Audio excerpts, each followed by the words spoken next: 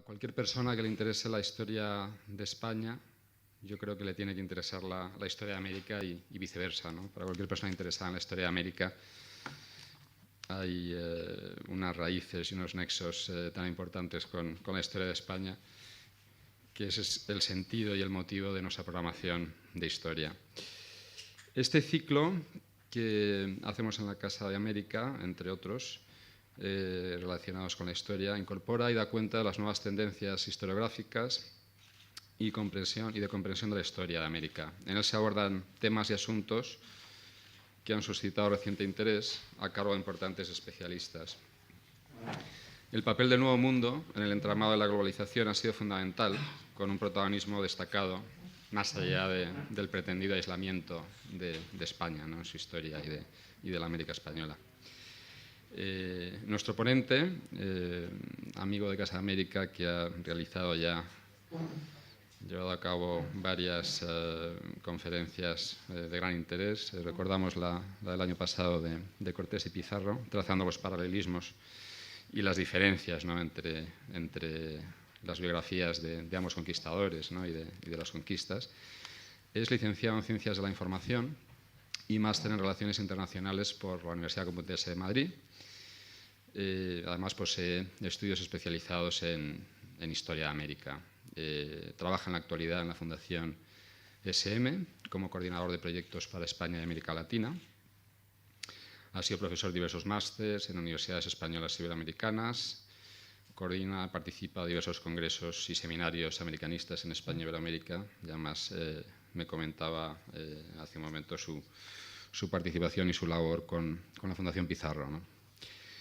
Entre sus publicaciones más recientes se puede citar Breve Historia de los Conquistadores, La Conquista de América, Historia Universal, con National Geographic RBA, Fray Juan Ramírez de Arellano, del Obispo de los Indios, y luego una biografía dedicada a Francisco Pizarro, el Atlas Histórico en la América del Descubrimiento, o Quién es quién en la América del Descubrimiento.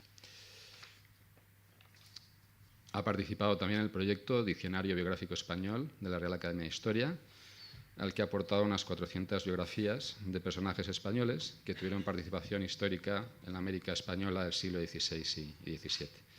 Pues nada, sin más dilación, le damos la bienvenida al profesor y esperamos que nos ilustre sobre esos personajes olvidados y desconocidos de la historia. Muchas gracias. Muchas gracias. Lo primero, agradecerles a todos la presencia.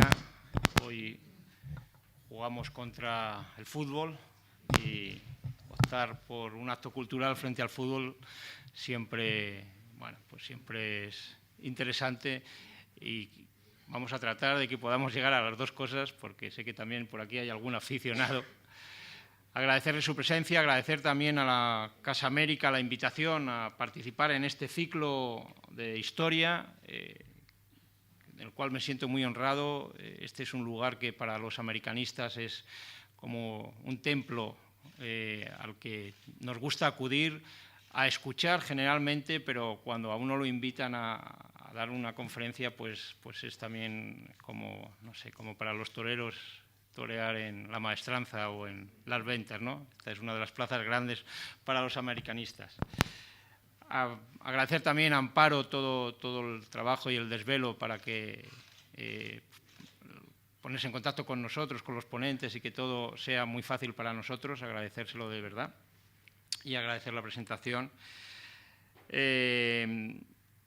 Cuando a mí me propusieron hablar sobre estos personajes olvidados y desconocidos, imagino que a raíz del último libro que yo publiqué, de Protagonistas Desconocidos de la Conquista de América, pues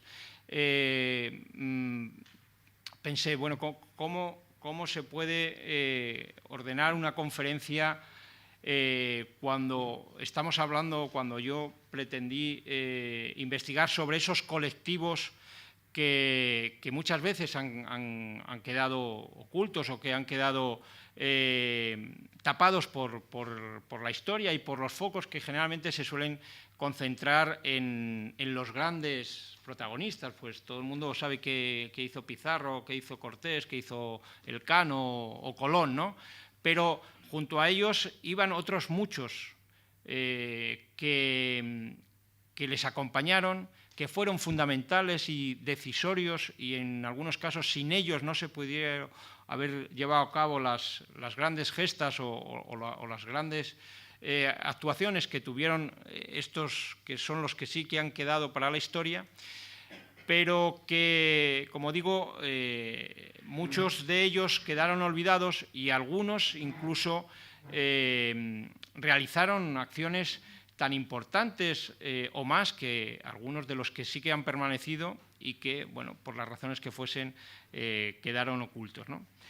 Me planteaba también si hacer la conferencia sobre colectivos o sobre personajes, y pensé que, bueno, la historia siempre es un hecho colectivo, pero a veces podemos encontrar esos personajes dentro de estos colectivos que nos sirven de ejemplo, de paradigma, o que son el ejemplo perfecto para contar un poco lo que queremos contar, ¿no?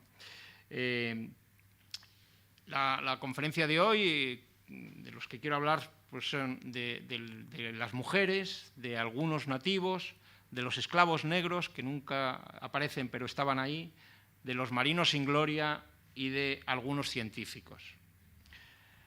Las mujeres, cuando uno lee las crónicas y las fuentes primarias de Indias, encuentra y tiene la sensación de que los cronistas eran un poco misógenos, porque cuando aparecen las mujeres nunca o muy pocas veces se citan sus nombres, y en algunos casos hasta se las evita, ¿no? Es cierto que las mujeres en número fueron muchísimo menos que los hombres, pero también es cierto que prácticamente desde el tercer viaje de Colón ya había mujeres, ya estaban ahí. Y en las grandes expediciones conquistadoras había mujeres. Las mujeres se desempeñaron en muchísimos campos. Las mujeres fueron ocupando siempre un papel que en muchos casos, como correspondía a su papel en la sociedad del siglo XVI, era un papel que estaba subrogado, o que era vicario, o que dependía siempre del hombre, pero en otros casos no. Y además hay que decir que América fue un lugar que encontró espacios de libertad más grandes que los que se tenían en España. Vamos a encontrar mujeres que estaban en la retaguardia, mujeres que iban como cocineras, que iban como enfermeras, que estaban acompañando a sus maridos, pero vamos a encontrar también en América mujeres que cuando tuvieron que coger la espada, la rodela o la lanza, lo hicieron y batallaron. Vamos a encontrar a mujeres que estaban defendiendo los campamentos de retaguardia, que estaban cuidando a los heridos. Vamos a encontrar mujeres que en algunos casos se van a desempeñar como gobernadoras, como almirantas o como líderes en un momento determinado de los propios hombres, ¿no? En los últimos años se ha hecho una revisión historiográfica muy interesante en donde ha sacado a la luz el papel que jugaron algunas de estas mujeres, y en algunos casos estas mujeres se han convertido en protagonistas de novelas o hasta de series de televisión. Inés Suárez, la amante de Valdivia, es la protagonista de una novela de Isabel Allende. La almirante Isabel de Barreto es la protagonista de una novela, o de varias novelas, pero la más conocida es la de Robert Graves, Las Islas de la Imprudencia. Y recientemente Mencía Calderón, aquí tenemos a Inés Suárez y a Mencía Calderón de Sanabria, fue una mujer, una extremeña, de la cual se ha hecho una serie en Antena 3 no hace mucho a raíz de la novela que publicó Elvira Meléndez. Bueno, como decía, mujeres conquistadoras hubo, y en el Códice de Tlaxcala aparece por primera vez una mujer a caballo, que es María Estrada. María Estrada participó en la conquista de México, y varios cronistas, entre ellos Bernal del Castillo, la reconoce como una de las mujeres que estuvo en el frente y que batalló.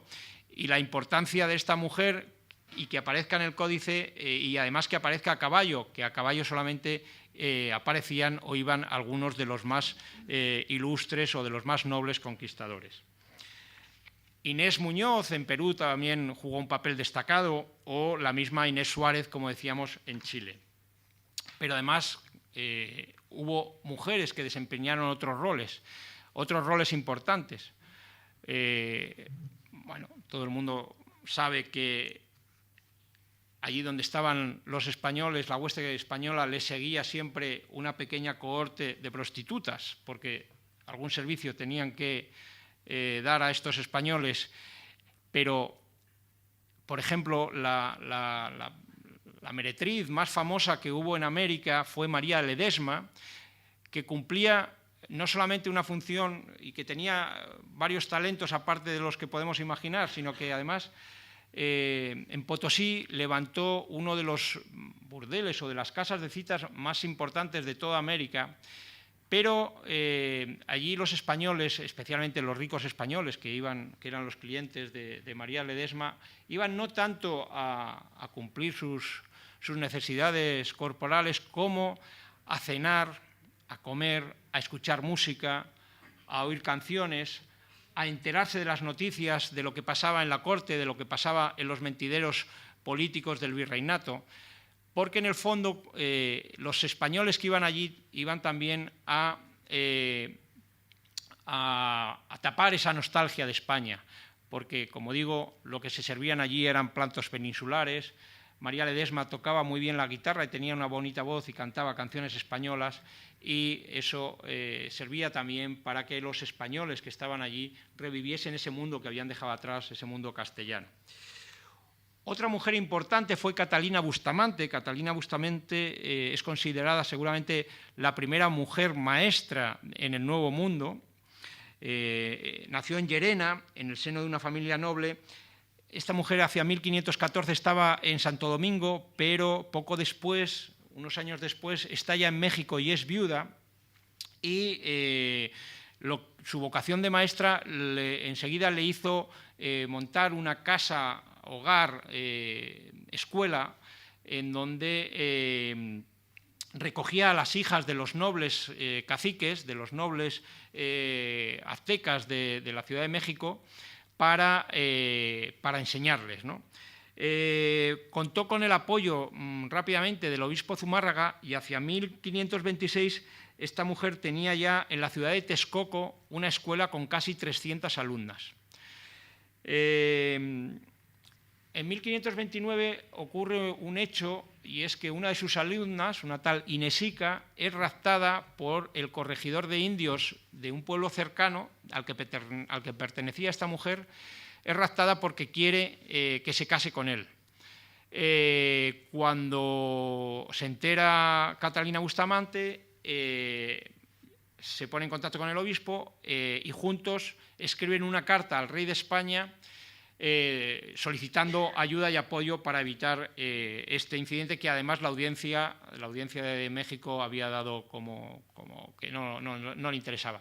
Esta carta cae en manos de la esposa de Carlos I, y la emperatriz va a tener un empeño personal a partir de ese momento en todo lo que haga Catalina Bustamante. A partir de ese momento, Catalina Bustamante va a recibir el apoyo de la corte en forma de cartillas para poder instruir a estas nativas, y un año después va a recibir también el apoyo de un grupo de mujeres que van a ir a México, a la ciudad de Texcoco, a ejercer también como maestras, ¿no?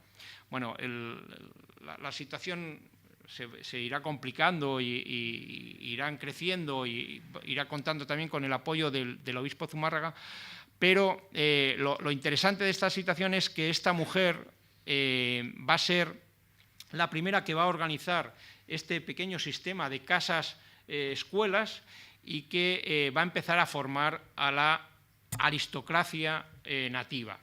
Además, esta mujer, desde su perspectiva cristiana, va a luchar y va a ser una gran defensora de la dignidad de la mujer, dentro de la dignidad de la mujer entendida del siglo XVI, pero, por ejemplo, va a pedir al obispo Zumárraga y a la reina que le apoye para evitar que se sigan haciendo arreglos matrimoniales, o que se rapten, o por la fuerza o que se obliguen por la fuerza a estos matrimonios ya preestablecidos entre las familias, por ejemplo. Eso para el siglo XVI es de una modernidad tremenda, ¿no? O, por ejemplo, va a ser la que por primera vez se esfuerce porque las mujeres en igualdad de condiciones puedan formarse igual que se formaba a los varones, especialmente a las mujeres, a las chicas nativas, y con una sensibilidad especial también a las huérfanas, a las chicas, a las nativas que quedaban huérfanas. Otra mujer que trabajó en la misma línea fue María Vélez de Ortega, que está considerada como la primera mujer maestra de la ciudad de Puebla. Ella empezó con una pequeña escuelita en su propio hogar, donde daba las primeras instrucciones a su hija y a 4 niñas que habían quedado huérfanas, vecinas suyas, que también eran nativas, pero esto poco a poco se convirtió en la escuela de todo el vecindario de Puebla. En Puebla, la ciudad de Puebla, tiene una estatua y está considerada como la primera mujer que dio clases y que se preocupó por la instrucción de las nativas allí en la ciudad de Puebla. Otras heroínas que a mí siempre me gusta recordar son a las mujeres que quedaron en España. Cuando los hombres iban a América, sus mujeres, y sobre todo en las primeras décadas, quedaban en España a la espera de que una carta las reclamase. Si no llegaba esa carta reclamando, no podían embarcar, no se les permitía embarcar. En torno a Sevilla y en los barrios periféricos de Sevilla se fue formando una colonia de mujeres que estaban a la espera de esa carta que se les solicitasen para poder embarcar e ir a reunirse con sus maridos. La mayor parte de estas mujeres jamás recibieron esa carta y se pasaron la vida esperando algo que nunca llegó. Se ganaban la vida de forma, pues, o dando clases, o cosiendo, o trabajando en casas de otras personas, y con esa esperanza, que la mayor parte, como digo, no se concretaba. Hay dos investigadoras, Rocío Sánchez e Isabel Testón, que pasaron por aquí en el ciclo el año pasado, que hicieron un libro precioso recopilando las cartas de estas mujeres. El libro se llama El hilo que une, es un libro precioso, pero un libro dramático, porque algunas de esas cartas son tremendas, ¿no? La mujer le escribe diciendo: hace 10 años que no sé nada de ti, el hijo que me dejaste, que entonces tenía 2 años, murió de fiebres, el que en esos momentos tenía yo en la barriga, ahora mismo tiene ya 12 años y está pensando cómo embarcarse para ir a conocerte. Bueno, cartas así que son realmente estremecedoras y que son también en algunos aspectos entrañables, ¿no? Para también ver cómo las mujeres de la aristocracia nativa fueron en muchos casos moneda de cambio entre los propios nativos, entre los propios jefes nativos, los caciques que querían mantener su status quo, y cómo fueron utilizados por las autoridades virreinales y los españoles. Hay un caso que es paradigmático y que a mí siempre me ha llamado la atención y que es un caso sorprendente, el de la ñusta o la princesa inca Beatriz Clara Coya. Pongo este cuadro y luego explicaré por qué pongo este cuadro, que este cuadro es un cuadro que tiene varias versiones y que fue utilizado como propaganda por la monarquía española y que muestra el casamiento de esta hija. Como la historia es enrevesada y complicada, la voy a leer porque no quiero que se me pierda ningún detalle. Beatriz Clara Coya nació en 1557 y era hija de Sairi Tupac y Cusi Huarcay, sobrina del inca rebelde Tuti Cusi. Este era uno de los incas rebeldes que mantenía una especie de estado neo-inca en las montañas de Vilcabamba y que siempre tuvo en jaque durante varias décadas a los españoles. Bien, como digo, esta mujer era una de las mayores herederas y una de las que poseía su familia, una de las grandes fortunas tanto en dinero, en indios, como en tierras de Yungay. fue utilizada por su padre y por el virrey Francisco Toledo como moneda de cambio para cuestiones familiares o políticas. En 1565, estando Tito Cusi sublevado en Vilcabamba, Beatriz Clara, que apenas había cumplido 8 años, fue ofrecida como esposa a el hijo del Inca rebelde, que tenía un par de años menos que su propia prima, o sea, eran primos. A cambio, se la ofrece el virrey a cambio de que Tito Cusi reconozca la autoridad española y abandone su refugio de las montañas. Pero entre que estaban sucediéndose estas negociaciones, Beatriz había sido entregada a las monjas clarisas para su formación. A su vez, Cristóbal Maldonado, un joven rico y mestizo de Cuzco, que también había medio apalabrado con el padre de Beatriz su matrimonio, vio peligrar su futuro por esta negociación entre el Inca rebelde y el virrey. ¿Qué hace el padre? El padre saca a la hija, se la entrega en custodia al hermano mayor de este Cristóbal Maldonado y se la deja para que la mantenga hasta que cumpla la edad para que se puedan casar. El pacto entre los rebeldes fue avanzando y cuando parecía que se iba a lograr la paz, a algunos religiosos se les permitió entrar en las montañas de Vilcabamba para que bautizasen y formase al Inca rebelde Quispe Tito, con el fin de prepararlo para su futuro matrimonio con Beatriz. Finalmente, cuando se ratificó el acuerdo, las autoridades españolas pensaban que ya tenían controlado este foco rebelde y estaba ya a punto de culminar el matrimonio entre la Beatriz y el hijo del Inca rebelde. ¿Qué pasa? Que el pretendiente Cristóbal Maldonado veía que iba a fracasar su posible matrimonio y sobre todo la herencia de ese posible matrimonio, y no se le ocurre otra cosa que violar a la niña y decir que ha consumado el matrimonio. Bueno, esto no fue la causa fundamental, pero sí que ayudó a que el Inca rebelde no firmase el acuerdo y volviese otra vez a las montañas.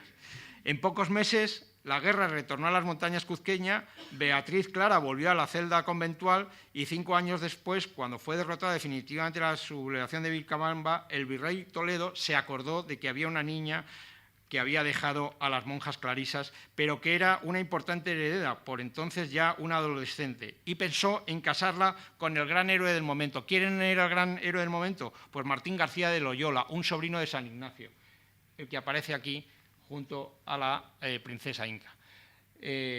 Por eso ponía este cuadro. Todo parecía perfecto, la boda estaba a punto de celebrarse, se unían dos grandes linajes, un gran linaje castellano con un gran linaje peruano de una princesa inca, pero en esos momentos reaparece Cristóbal Maldonado, el que la había violado para consumar el matrimonio, que se había venido a España, vuelve otra vez a Perú y reclama sus derechos sobre la ñusta. Mientras se desarrollan los pleitos eclesiásticos, la pobre Beatriz la mandan otra vez al convento de las Clarisas.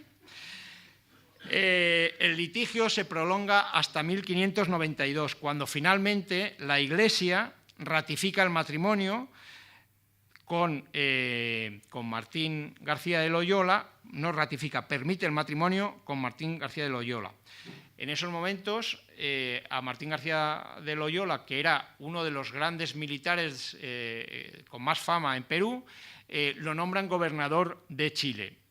Y finalmente la pareja puede convivir en Chile. Tienen una niña que se llamó Ana María, pero la felicidad solo duró 5 años, porque en 1598 el gobernador de Chile, Martín García de Loyola, murió en un enfrentamiento con los indios araucanos. Beatriz y la niña regresaron a Lima con la intención de embarcarse hacia España para ser acogida por la familia de los García de Loyola en España, con la desgracia de que en 1600, esperando a que llegase la flota y poder volver y regresar a España, Beatriz enfermó y murió. Esta es una historia triste, dramática, pero que nos muestra cómo a las mujeres de la aristocracia nativa las utilizaron las autoridades virreinales, las autoridades españolas y el propio juego de intereses que tenían los propios familiares nativos, ¿no? Esta seguramente será de las más dramáticas y de las más desgraciadas. El cuadro, que es un cuadro precioso, que tiene varias versiones, algunos se pueden ver en uno de los museos de la parte en el barrio San Blas de Cuzco, no recuerdo ahora mismo el nombre del museo, pero está en el barrio San Blas de Cuzco,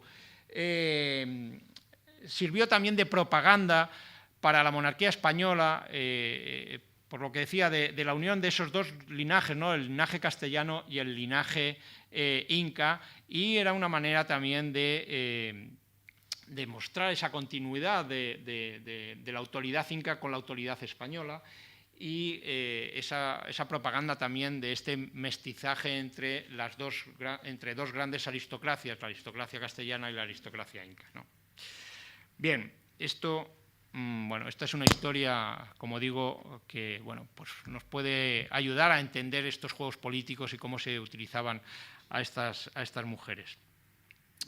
Respecto a los nativos, me gustaría contar que los nativos, los indígenas, jugaron un papel en un principio que muchas veces se ha querido ver solamente de forma uniforme, que fueron, cuando llegaron los españoles, los recibieron bien, enseguida se dieron cuenta que los españoles iban a apropiarse de sus tierras y de sus riquezas y se rebelaron contra los españoles. Muchas veces las propias identidades que se necesitan crear a partir de las repúblicas, a partir de 1825, lo que hacen es que recuperan a estas figuras de los nativos más rebeldes para crear también una identidad nacional y crear una serie de héroes que en algunos casos hay que decir que estos nativos rebeldes no tenían en la cabeza para nada ese imaginario nacional que luego se crea, ¿no?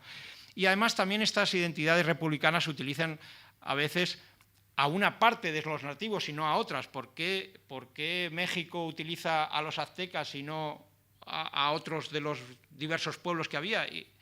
¿Por qué, por ejemplo, Argentina, cuando se crea, decide que van a crear una identidad puramente rioplatense, le encargan a un general que acabe con todos los indios a partir del Río Negro hacia abajo, y después reivindican a los rebeldes calchaquíes, que fueron los que se sublevaron contra los españoles?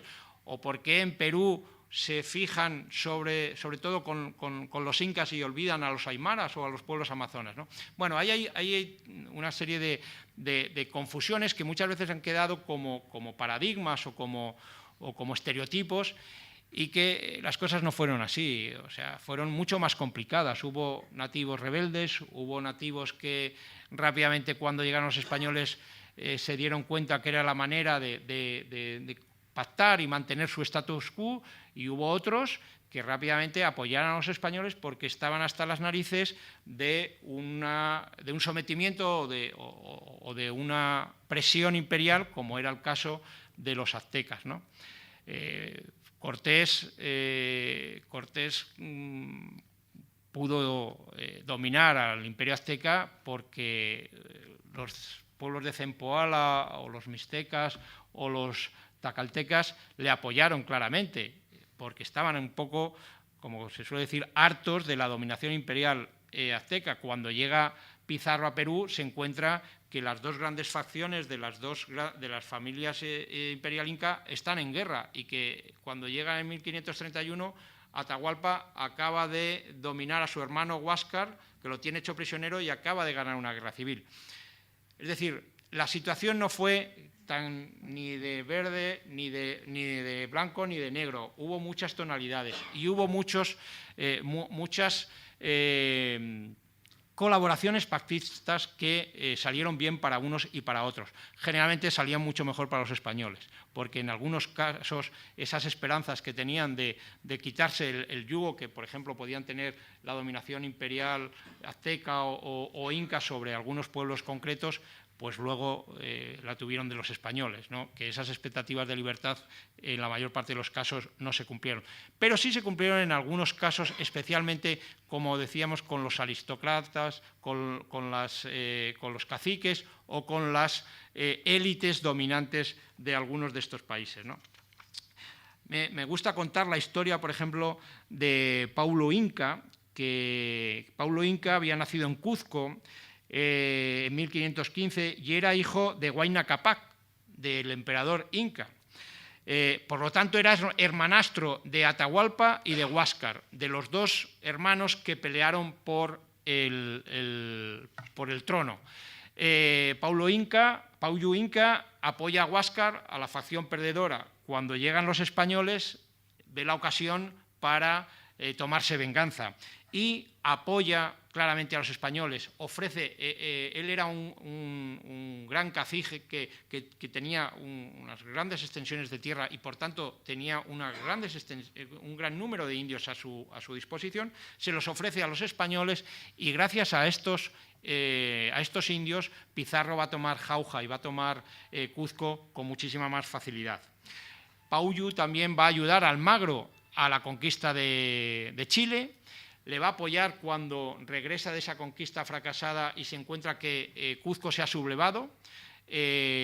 Paullu no va a apoyar la sublevación inca, sino que va a apoyar a los españoles. En las guerras entre Pizarro y Almagro, Paullu fue muy listo, porque era un personaje muy listo, y vio que la facción perdedora iba a ser Almagro y rápidamente se pasó a la facción vencedora de Pizarro y fue recompensado por todo ello, fue recompensado con más tierras de las que ya tenía y con más dominación sobre más indios. Terminó convirtiéndose en un encomendero más, terminó convirtiéndose en un hacendado como cualquier español de la época que llegó en la época de Pizarro, encomendando indios, y se paseaba por las calles de Cuzco engalanado con la ropa de lujo que traían de Castilla y siendo pues un aristócrata más o un noble más que frecuentaba pues la iglesia, la catedral y los salones o las casas más distinguidas de la ciudad de Cuzco. Hubo también, aunque casos muchos más contados, de aculturización a la inversa. Están los dos casos famosos de Jerónimo de Aguilar y de Gonzalo Guerrero, dos españoles que naufragan en 1512 frente a las costas del Yucatán y que son apresados por nativos. Jerónimo de Aguilar vive como un esclavo de los nativos y se inculturiza, digamos, de forma que siempre está pensando en cómo va a poder salir de allí, en que lleguen los españoles y lo puedan rescatar. Cuando se lo encuentra Cortés, se lo encuentra viviendo como los indios, va vestido con un taparrabos y solamente lo reconoce porque es capaz de expresar, casi había olvidado el castellano, es capaz de expresar algunas palabras en castellano y mostrarle un pequeño breviario, con lo cual Cortés lo reconoce y rápidamente se une a la hueste de Cortés y además le va a servir de intérprete y de explorador porque conocía bien la zona. El caso contrario es Gonzalo Guerrero, como decía, que este es un onubense que, al igual que Jerónimo, naufraga en el mismo barco y él es apresado por otra tribu maya. En principio lo tienen como esclavo, pero dado que él muestra algunas habilidades en alguna de las batallas y que también muestra, parece ser que, aunque no está muy clara porque las crónicas son confusas, que algún conocimiento de medicina o que logra sanar algún indio, lo toman como persona relevante y empieza a jugar un papel importante dentro de la tribu en la que en principio estaba apresado. Incluso llega a formalizar una unión con la hija del cacique y termina inculturándose de tal manera que cuando llega Cortés no quiere saber nada de los españoles y él decide vivir con los nativos.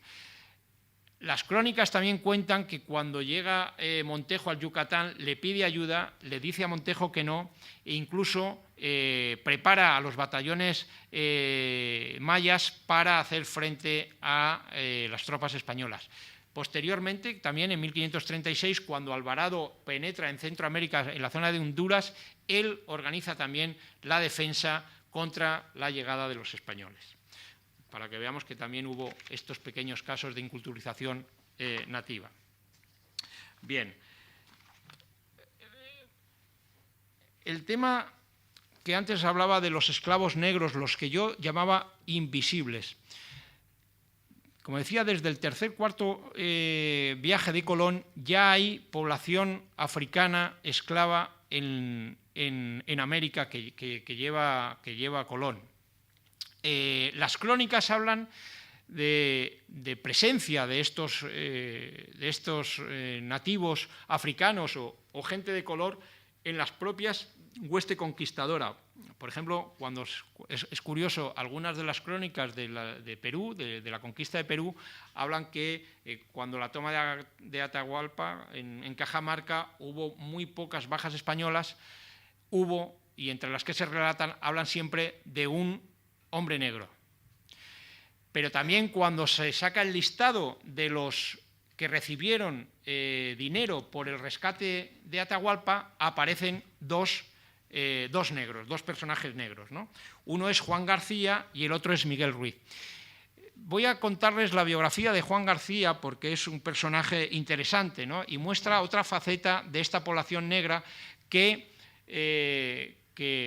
es, digamos, en menor medida, pero que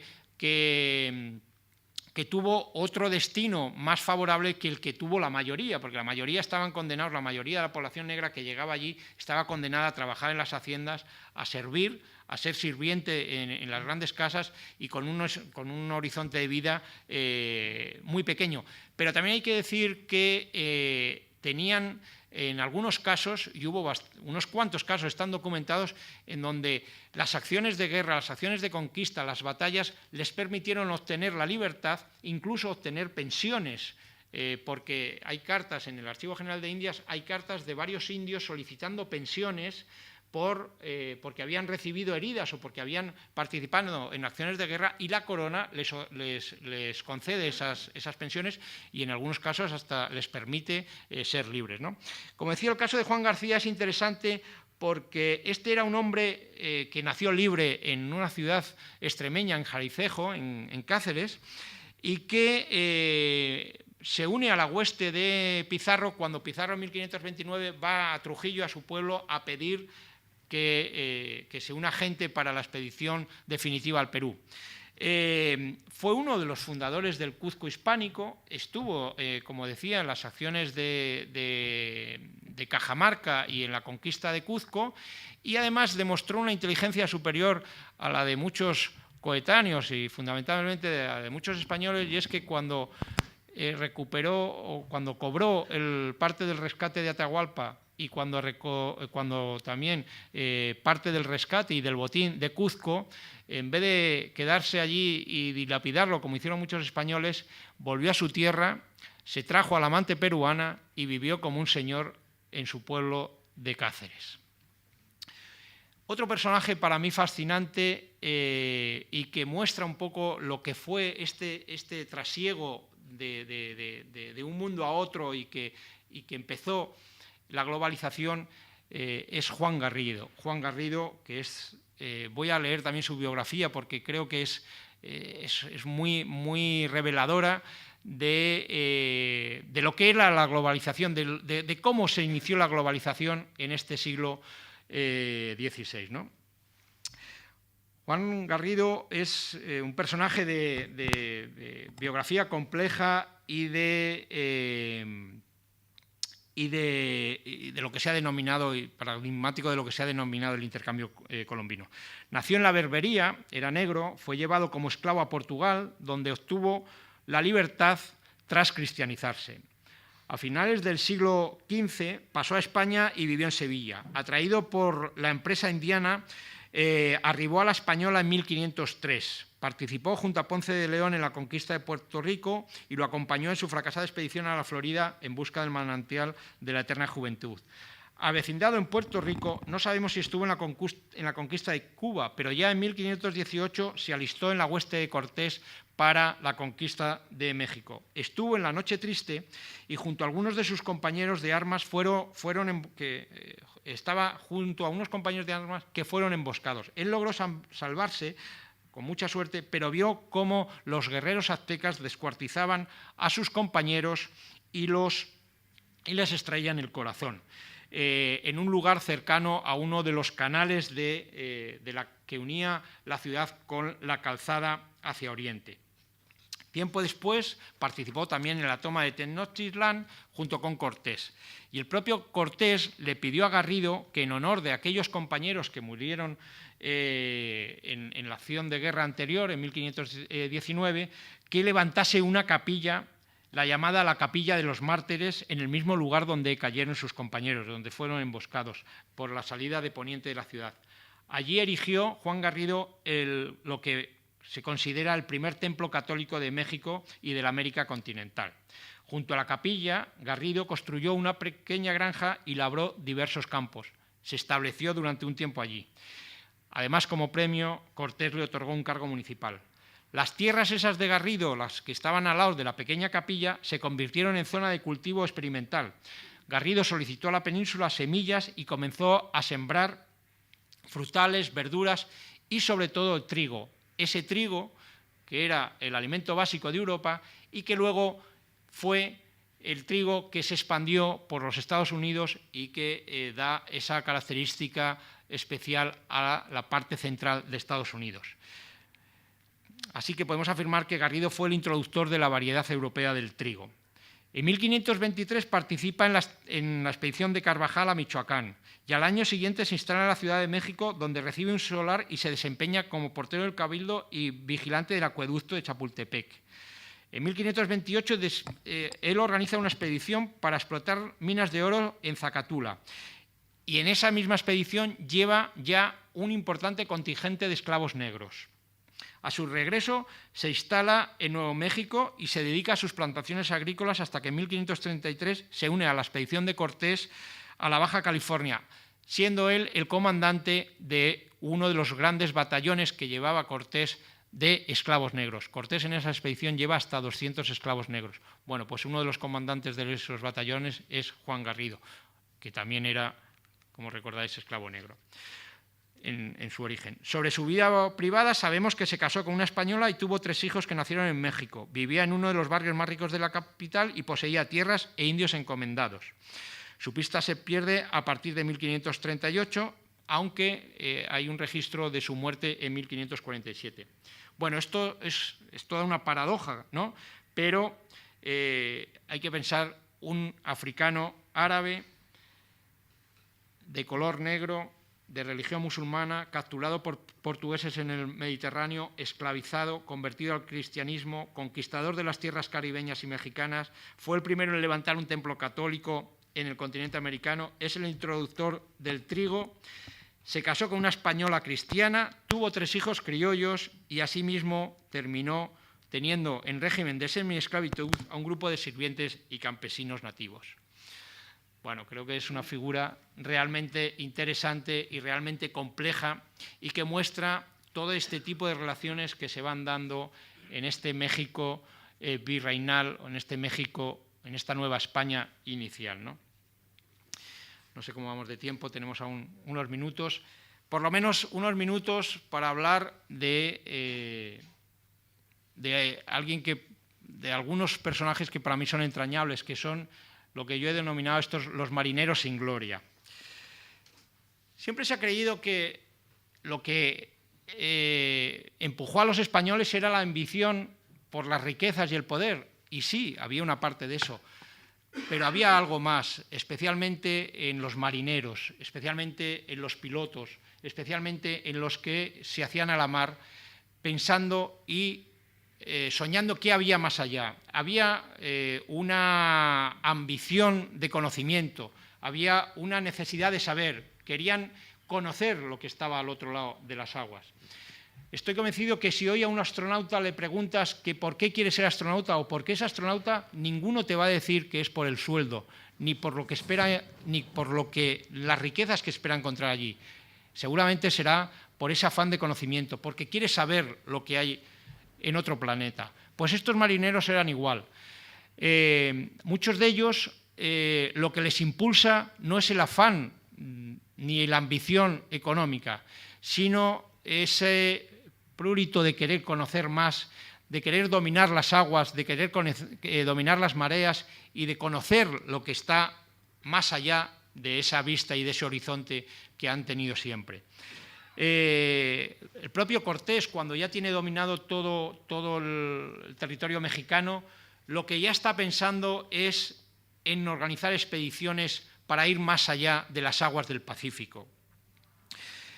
Elcano, que regresa después de haber circunnavegado, que es un personaje prestigioso y que podía quedar en España con todos los honores y con todos los títulos, muere en la mar y muere en una expedición buscando volver a hacer la circunnavegación y después de haber vuelto a cruzar el estrecho.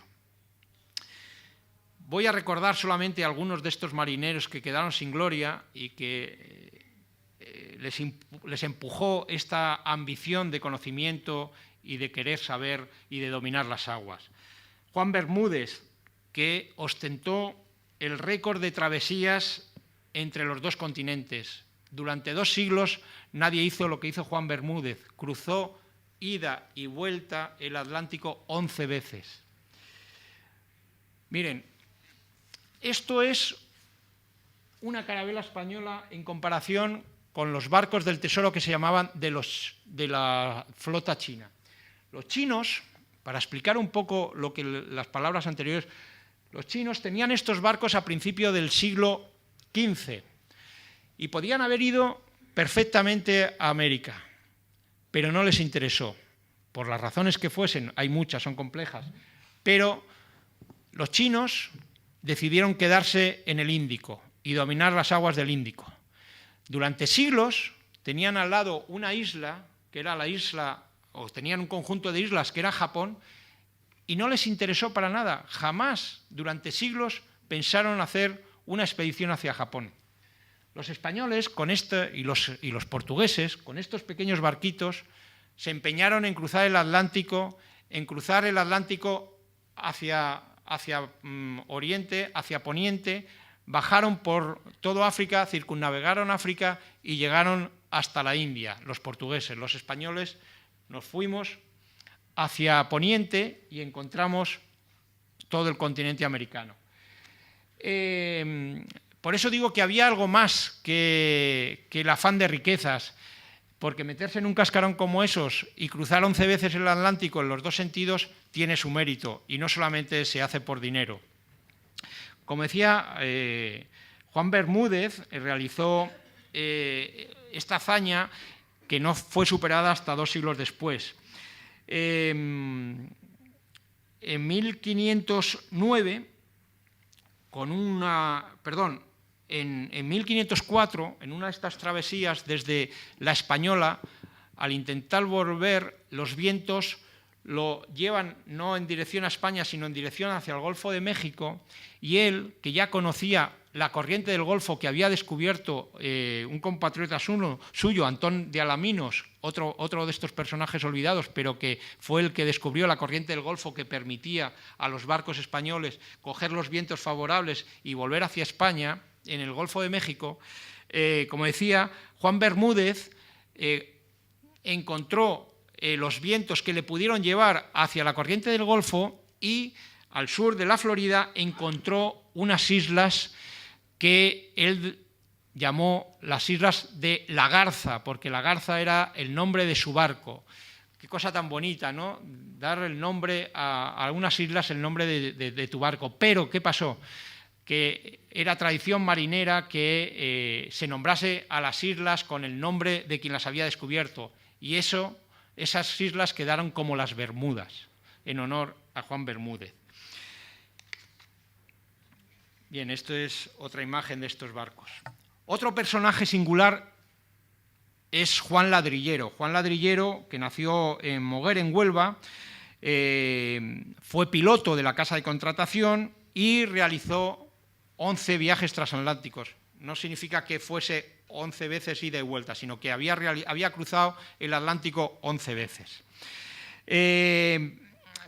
Este es un personaje curioso porque vivió diversos avatares, participó en las diversas guerras peruanas, y cuando ya el oidor Vaca de Castro y el virrey le otorgan una encomienda y él decide que va a vivir allí tranquilo con la familia, en 1517 el virrey Hurtado de Mendoza, como sabía de sus conocimientos marítimos y que era una persona que había hecho varias travesías por la parte pacífica, le encarga que lleve a su hijo García, que ha sido nombrado gobernador de Chile, le encarga que lo lleve. Lo lleva a Chile, lo deposita en Chile y regresa.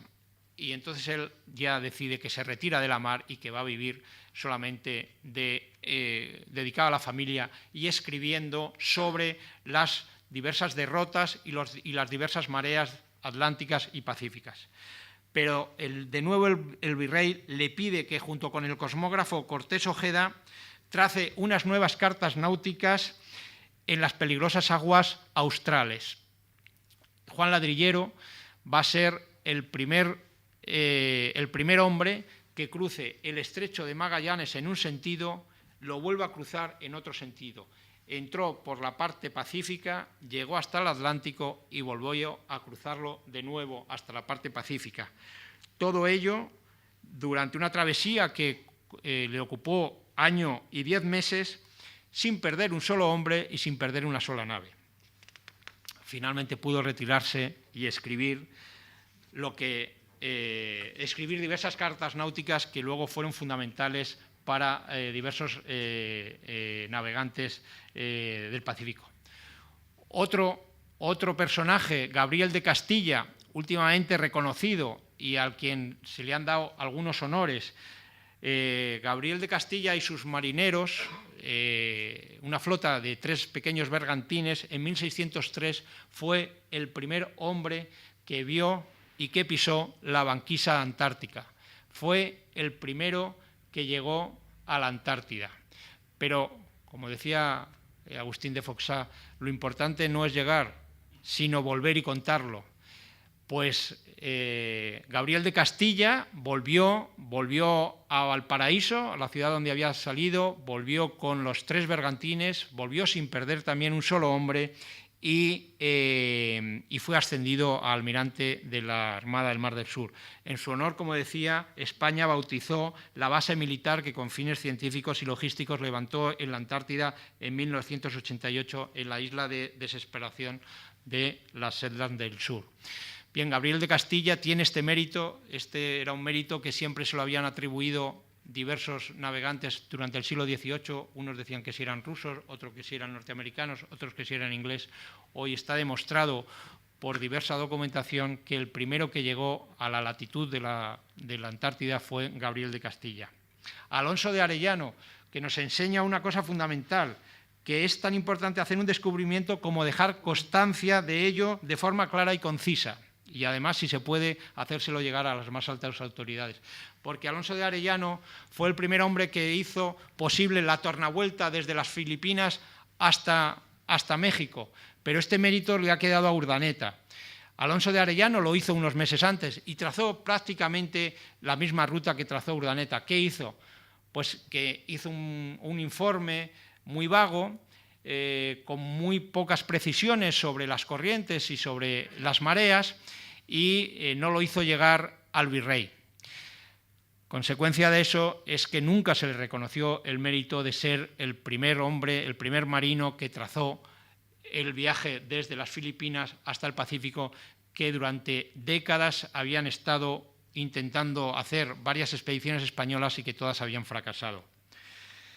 Otro personaje importante y que también quedó olvidado, si yo pregunto quién es Martín López, nadie dirá con esos apellidos y ese nombre. Bueno, pues Martín López era un carpintero que estaba en la hueste de Cortés, pero algunos historiadores como Hugh Thomas dicen que después de Cortés, fue el hombre más importante en la toma y en la derrota del Imperio azteca, porque fue el hombre que construyó los bergantines que permitieron la toma de Tenochtitlán. Nunca se le reconoció y pasó durante varios años pleiteando con la corona española para que le dieran un sueldo fijo y incluso con Cortés, que le había prometido un título nobiliario y una pensión vitalicia.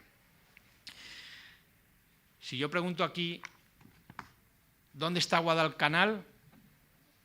¿Alguien sabría decirme dónde está Guadalcanal? ¿Eh? En la Florida. ¿En dónde más? En el Pacífico. En el Pacífico Sur. Sí, señor. Bueno, eso que dice usted es verdad, pero ¿sabe usted dónde viene el originario Guadalcanal? El originario Guadalcanal es un pueblecito de la serranía de Sevilla. Pedro Ortega Valencia nació en Guadalcanal, en Sevilla, y fue un marino que participó en la expedición de Álvaro de Mendaña en 1567 buscando la Tierra Australis, lo que luego fue Australia. Durante décadas también los españoles, desde que los españoles conquistan Perú y tienen la fachada pacífica, con varios puertos como era Valparaíso, como era el Callao, empiezan a mandar expediciones hacia el Pacífico, buscando ese mito de la Tierra Australis, que en realidad no sabían que había toda una gran isla como era Australia, pero que van encontrando todo un reguero de islas perdidas en el Pacífico. Bueno, pues lo que se llamaban las Islas Salomón, este hombre, Pedro de Ortega Valencia, una de las principales islas, la bautizó con el nombre de su pueblo, Guadalcanal. Lo que pasa es que luego se hizo tristemente famosa porque creo que fue el 12, el 15 de septiembre de 1542, se libró una de las batallas más decisivas en la Guerra del Pacífico entre Estados Unidos y Japón. Y todo el mundo sabe de la batalla de Guadalcanal, todo el mundo piensa que esa es una isla que es Guadalcanal, pero nadie sabe que esa isla la descubrió Pedro de Ortega Valencia y que la nombró porque su pueblo, Guadalcanal, está ahí en Sevilla. No hay que irse al Pacífico para encontrar Guadalcanal. El originario está en Sevilla.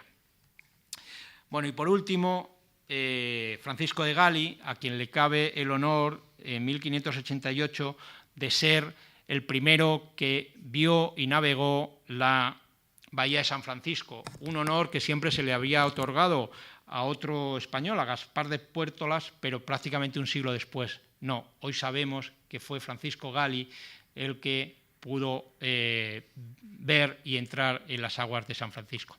Y para finalizar muy rápidamente, porque estamos ya con el tiempo y quería haber hablado algo de los científicos, solamente decir que esa imagen de que que los españoles eran pues estos rudos militares, algunos desarrapados, los que no tenían nada que hacer aquí en España, los que no tenían horizonte social, eran los que se embarcaban. Sí, pero junto a ellos, en muchos casos, iban, como hemos visto, algunos de los mejores navegantes, algunos de los mejores cosmógrafos y algunos de nuestros mejores científicos. Y la prueba de ello, muy rápidamente, es decir, que la cosmografía y la construcción náutica en el siglo XVI en España vivió un desarrollo extraordinario. Los tratados de algunos de estos cosmógrafos, que eran además pilotos o cosmógrafos de la casa de contratación, como Martínez Fernández de Enciso, Alonso de Santa Cruz o Pedro Medina, fueron fundamentales para la navegación de toda Europa, no solamente de los españoles. Pedro Medina, por ejemplo, en su libro El arte de navegar de 1545 se convirtió en un bestseller y se hicieron traducciones al inglés, al holandés, al francés, al italiano. Fue tal el éxito que los cosmógrafos posteriores, como Juan Escalante de Mendoza o Juan López de Velasco, que hicieron unas recopilaciones de todo lo que se sabía sobre la construcción, la navegación, las rutas, las mareas, las cartas náuticas, la corona prohibió la difusión y la impresión de sus obras porque temían que toda esa información tan valiosísima pudiera llegar a manos de los enemigos, de las potencias enemigas españolas, y que la Armada francesa, la Armada inglesa pudiera conocer las mareas, pudiera conocer las ensenadas, los lugares de abrigo de las costas americanas. Y por eso, debido al éxito que tuvo el arte de navegar de Pedro Medina, lo sufrieron en sus carnes estos grandes cosmógrafos que en vida nunca vieron publicadas sus obras. Por ejemplo, el arte de la minería o de la metalurgia sufrió también un desarrollo espectacular. España nunca había tenido una potencia y siempre estaba dependiendo de las inversiones y de los conocimientos de los extranjeros. Pues a partir del siglo XVI, con el descubrimiento de las minas de plata en México y sobre todo en Potosí, va a haber un desarrollo en el arte de la metalurgia y en el arte del tratamiento de los metales espectacular. Solamente citaré a Bartolomé de Medina, que fue el que trabajó la amalgamación del mercurio y la plata para poder extraer un mineral de plata mucho más rico. Su sistema lo perfeccionó Carlos Corzo de Leza y será Álvaro Alonso Barba el gran impulsor y el gran recopilador de todo el saber que se estaba desarrollando en las en las minas de Zacatecas fundamentalmente y de Potosí, y el que va a crear nuevas amalgamaciones y nuevos hornos que van a disparar la producción y la calidad de la plata española a partir de 1570-1575. Aquí podemos ver algunos de estos dibujos de Alonso Barba en la creación de algunos hornos, de algunas fundiciones, que además supo aprovechar también los conocimientos que en este campo tenían los nativos. Y por último, decir el desarrollo importantísimo que tiene durante el siglo XVI el conocimiento de naturalistas y el conocimiento de la farmacopea. Va a haber unos cuantos, sobre todo religiosos o personas vinculadas a centros religiosos, que van a dar un impulso impresionante al conocimiento de las plantas y el conocimiento o los remedios que a través de las plantas se va a poder dar para cosas tan esenciales como la cocina o como la curación de enfermedades. Se van a unir el saber europeo con el saber de los nativos y además con el descubrimiento de nuevas especies, porque en torno a estos centros, pues como fue por ejemplo el Colegio de Santa Cruz de Tlatelolco en México o los conventos de algunos de jesuitas y dominicos, estos grandes conventos tenían unos huertos y unas tierras donde estos naturalistas, estos científicos, experimentaban con plantas, con injertos y con aplicaciones para, como digo, para la cocina o para la medicina, para crear nuevas plantas.